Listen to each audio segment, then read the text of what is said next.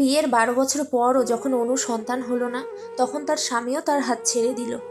অনুর স্বামী বিতান বলল, সন্তান ছাড়া জীবন অপূর্ণ, আর তুমি তো আমায় সন্তানই দিতে পারলে না। আমার জীবন থেকে চলে যাও, আমি আবার বিয়ে করব। এতদিন শাশুড়ির অনেক অত্যাচার, অনেক খোঁটা শুনেও মুখ বুজে সংসার করে যাচ্ছিল অনু, কিন্তু আজ সেই স্বামীও তাকে পর করে দিল। সকাল থেকে উঠে সংসারের কোন কাজটা করেনি অনু? রান্না বান্না, ঘর গোছানোর পাশাপাশি পরিবারের সবার ফাই ফরমাস করেছে। ননদ, দেওর, ভাসুর, শ্বশুর, শাশুড়ির সমস্ত কাজ মুখ বুজে করে দিত অনু। আজ এক নিমিষে সব কৃতজ্ঞতা ভুলে গেল কিভাবে তারা? অনুর শাশুড়ি বাচ্চা না হওয়ার কারণে কেবলমাত্র অনুকেই দায়ী করে, যখন তখন উঠতে বসতে বাজা বলে খোঁটা দেয়। এরপর অনু শত কষ্টের মধ্যেও উপায় না পেয়ে ওর বাবাকে ফোন করে। সব ঘটনা বললে তার বাবা অনুকে সেই মতো বাড়িতে নিয়ে যায়।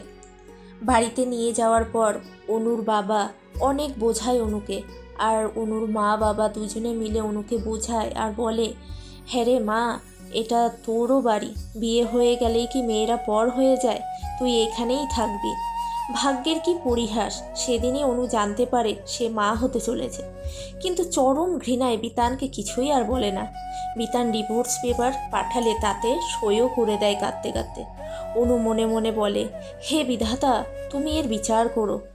আজ যে অবিচার আমার উপর হলো, তার ফল যেন বিতান খুব শীঘ্রই পায়।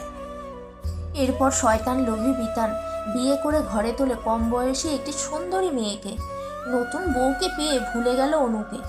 এমনকি ডিভোর্সের পরে অনুকে একবারের জন্য ফোন করে খোঁজ পর্যন্ত নেয়নি, এতটাই বেইমান। ঠিক 10 মাস পর অনুর কোল আলো করে জন্ম নিল যমজ সন্তান, একটি কন্যা সন্তান আর একটি পুত্র সন্তান। অনুরাজ আনন্দের সীমা পরিসীমা থাকে না।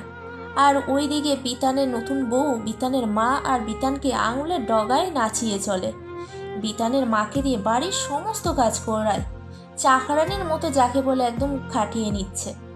আর বিতানের সমস্ত টাকা পয়সা নিজের নামে করে নেয় ওই রাক্ষসী নতুন বউ।